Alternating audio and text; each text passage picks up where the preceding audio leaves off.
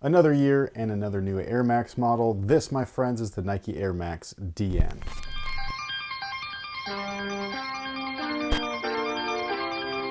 Hey, what's going on, everyone? My name's Chris. Welcome back to the official WearTesters.com YouTube channel. Today we got a detailed look and breakdown on these guys right here. This is the Nike Air Max DN, the brand new or most recent Air Max model within the Air Max line that is going to make its debut on Air Max Day.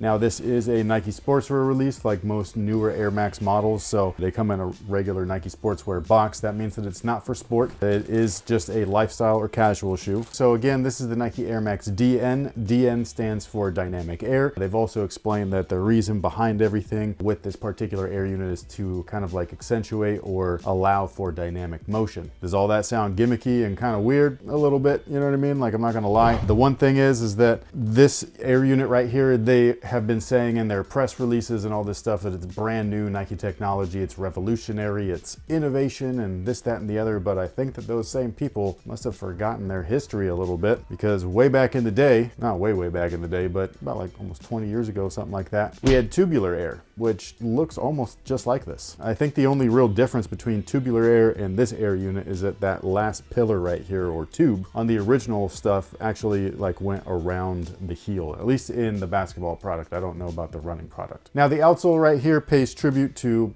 most Nike outsoles, or at least the Nike outsole that matters the most, which would be the waffle sole. So we have the same exact type of setup here. We've got the little lugs that come out of the shoe. You have some cutouts there to expose the Phylon midsole that's underneath there. That allows for some compression as well as for some flexibility. And if you notice here in the back, you've got these four little red dots and they're connected. That's actually a callback or a tribute to Nike's Tuned Air, which this is not, but they do say that it's tuned to I didn't really understand what they were saying because it's all one unit, you know what I mean? Like, there's these four chambers, but literally in the middle there's a one giant tube connecting them all. But they're supposed to say that it's supposed to like give this kind of like rocker effect as you're walking. The movement of the air goes from back to forward, or whatever it is that your foot strike placement is. Does it actually do that? No, you know what I mean? It's just one giant air unit and it's filled with a PSI level and it's just gonna stay that way. So this is not, in my opinion, anything special. Again, it's kind of like rehash tech that they're kind of like repurposing and recycling as if it's new. Kind of a weird move, but I mean, from today's Nike brand, I guess it just kind of is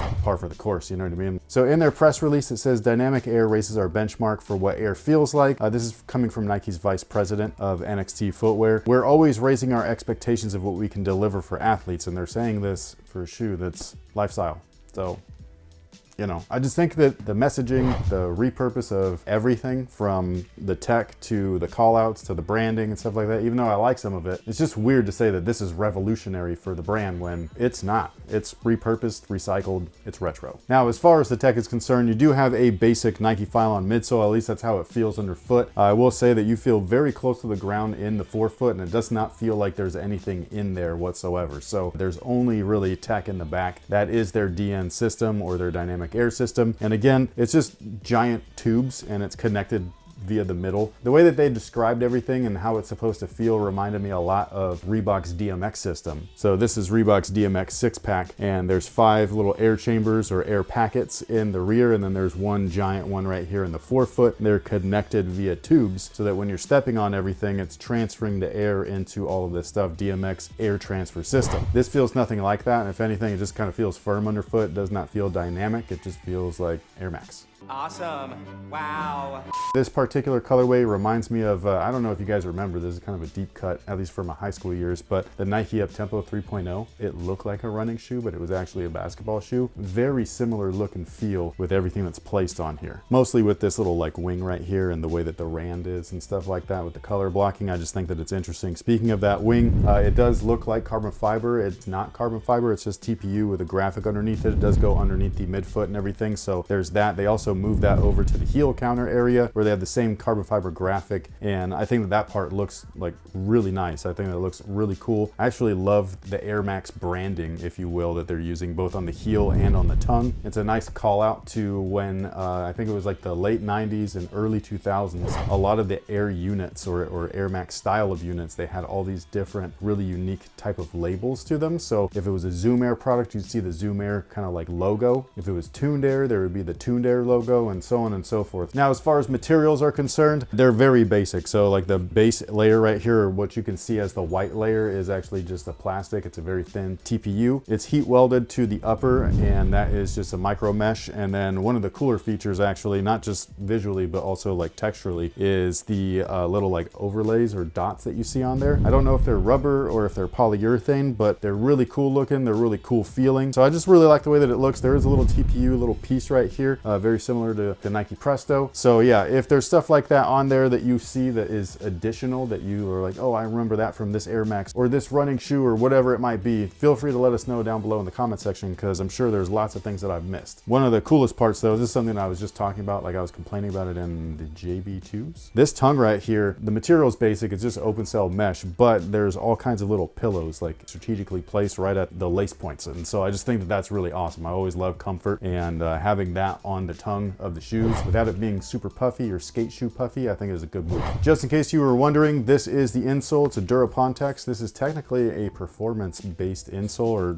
at least what they use in a lot of performance shoes, or at least they used to. I don't think that they do anymore. A lot of them are like fake ortholite and stuff like that, or just basic, you know, foam. But that's what's inside the shoe. As far as fit is concerned, they do fit true to size. Again, the comfort is kind of like basic. I don't think it's anything amazing. If you've worn an Air Max shoe, or if you've worn a retro runner, it has the same exact type of feel and everything like that. But again, they do fit true to size, so whatever it is that you typically wear, that is exactly what I would order. This particular shoe and a couple of other colorways are going to be available locally here in the Sacramento area over at Phenom. They're located downtown in the Delco Shopping Center. It's right near Golden One, but across from Macy's. On top of that, they're also having an Air Max event or whatever on Saturday the something? 23rd. Thank you. So before Air Max Day, they're having an Air Max event. Feel free to stop by, check it out. I'll probably be there and hang out with everybody. So if you want to chop it up, talk sneakers, feel free. Do we happen to have a question of the day? We do. What is it? Is it?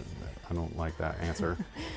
Would you like me to say no? I don't like the tone of your response. She's like, yeah, I'm really going to get you this time. In your opinion, what is the least trustworthy vegetable? What do you mean by that? What vegetable is kind of sus? In what way are you trying to talk? Whatever way you want to take it. Like visually, texturally, taste? What vegetable do you have a little like, hey, I don't really trust that guy? I'll give you an answer. Okay. Lettuce. Why? Because I feel like that's the one that gets recalled the most. It has a number of E. coli outbreaks, yes. Like so I guess constantly. Yeah, so we're talking about like safety wise. No, I guess. Or I don't really want to give my personal experience with this one.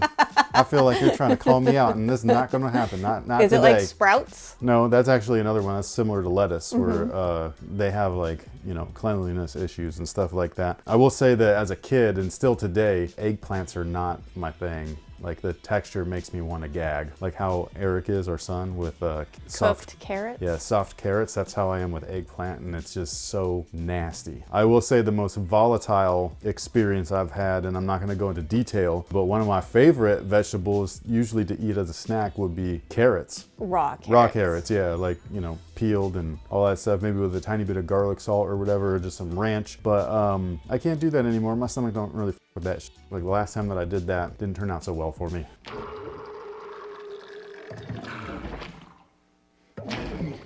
But anyways, with all that being said, sound off below and let us know your thoughts. What was the question again? What was the most sus vegetable? Least trustworthy. Okay, least trustworthy vegetable. Maybe you have a weird reaction to something.